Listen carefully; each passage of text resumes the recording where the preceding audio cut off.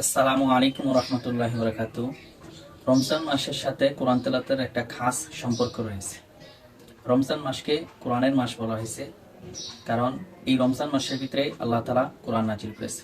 আল্লাহ রাব্বুল আলামিনের মহাগত শিবানী পবিত্র কোরআনুল কারীমের সূরা বাকারার 185 নম্বর আয়াতের মধ্যে আল্লাহ তাআলা বলেন, শাহরু রমাদান আল্লাযী উনজিলা ফীহিল কুরআন। আমি এই রমজান মাসে কোরআন নাজিল করেছি। সুবহানাল্লাহ। এই জন্য এই রমজান মাসে কোরআন তেলাওয়াত করলে বেশি বেশি কোরআন তেলাওয়াতের কথা বলা হয়েছে।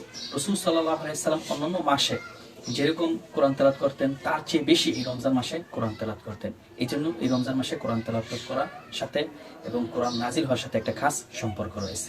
রাসূল সাল্লাল্লাহু আলাইহি সাল্লাম বলেন, এই রমজান মাসে আরো অনেক আমলের কথা বলা হয়েছে। একটা হাদিসের মধ্যে আসছে যে ইস্তাকসারু ফীহি মিন আরবাঈ খিসাল, যে রমজান মাসে তোমরা চারটা আমল বেশি বেশি করো। হসলাতাইনি তুরদুনা বিহিমা রাব্বাকুম, যে দুটো আমল করলে আল্লাহ তাআলা খুবই সন্তুষ্ট হন। অখসলাতাইনি লা গিনা বিকুম আনহুমা, এবং যে দুটো আমল না করে কোনো উপায় নেই। অতঃপর রাসূল সাল্লাল্লাহু আলাইহি সাল্লাম বলেন, ফা আমাল খসলাতানি আল্লাতানি তুরদুনা বিহিমা রাব্বাকুম, যে দুটো আমল করলে আল্লাহ তাআলা সন্তুষ্ট হন সে দুটো আমল হলো ফা শাহাদাতু লা ইলাহা ইল্লাল্লাহ, বেশি বেশি করে লা ইলাহা ইল্লাল্লাহ জিকির করা, এবং দ্বিতীয় আমল হলো ওয়াতাস্তাগফিরুনাহু, বেশি বেশি করে জিকির ইস্তিগফার করা, আল্লাহ তাআলার কাছে ক্ষমা চাওয়া, মাফ চাওয়া। এই দুইটা আমল অন্যান্য সময় তো আমরা করব, রমজান মাসে বেশি করার কথা বলা হয়েছে।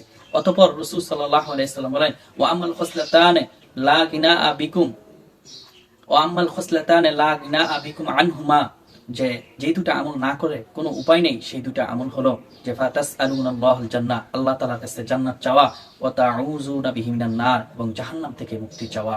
রাওয়াহু ইবনে খুযাইমা ফিস সহিহ। রাসূল সাল্লাল্লাহু আলাইহি সাল্লাম বলেন, যে দুটো আমল না করে কোনো উপায় নেই সেই দুটো আমল হলো আল্লাহ তাআলার কাছে জান্নাত চাওয়া এবং জাহান্নাম থেকে মুক্তি চাওয়া। তো এই রমজান মাসের ভিতরে এই চারটা আমল আমরা সবচেয়ে বেশি করব।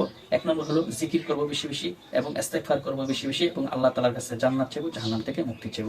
আল্লাহ তাআলা আমাদের সবাইকে এই চারটা আমল বেশি করার তৌফিক দান করুক এবং রমজানের পবিত্রতা রক্ষা করার তৌফিক দান করুক। আমিন। ওয়া আখিরু আলহামদুলিল্লাহি রাব্বিল আলামিন।